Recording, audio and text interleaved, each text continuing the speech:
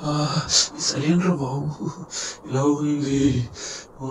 ఈ చలి దెబ్బకు దుప్పట్లు చల్లగే, చల్లగానే చల్లగే, అలాగే పడుకుందామంటే బెడ్ కూడా చల్లగానే ఉంది ఏంట్రా బాబు.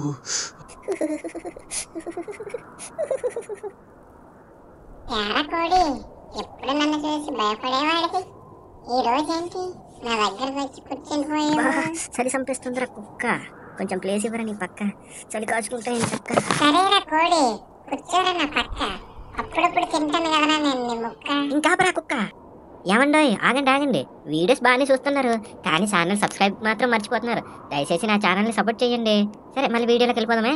ఏంటే వంట ఎంత చల్లగా ఉంది? ఈ వంట ఈ రోజు వండిందా లేదంటే నిన్న వండిందా? నా మొహానికి నిన్నటిదే ఎక్కువ అని పెట్టేసేవా?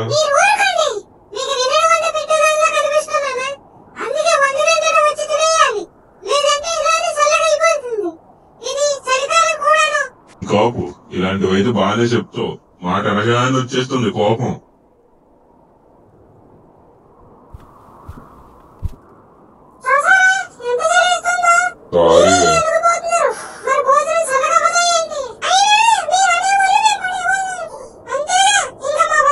అండి చలికాలం కష్టాలు ఇంకా చాలానే ఉన్నాయి, కానీ చలికాలం అంటూ చలిని తిట్టుకుంటాం కానీ మనమంతా.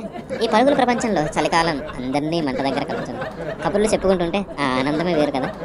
చలికాలం పిల్లల నుంచి పెద్దల వరకు అందరినీ భయపెట్టే ఒకే ఒక్క కాలం. అలాగని చలికాలాన్ని నిర్లక్ష్యం చేయకండి, ఎందుకంటే ఈ చలికాలంలో ప్రాణాలు పోయే అవకాశం కూడా ఉంటుంది. కావున అందరూ జాగ్రత్తగా ఉండండి. చలికాలం ఇంట్లో ఎంత దూరంగా ఉన్నా అందరినీ దగ్గర చేస్తుంది. చూసిన అందరికి మూతులు పగిలిపోతాయి, ఎందుకంటే చలికాలం కదా. వేజులను రాసుకోండి మర్చిపోకుండా. సరే మా వీడియో నచ్చితే సరదాగా ఒక లైక్ చేసిండి, అలాగే కామెంట్ అయినా పడేయండి, అలాగే సబ్స్క్రైబ్ చేసేయండి. మళ్ళీ తర్వాత వీడియోలో కలుద్దామే. బాయ్.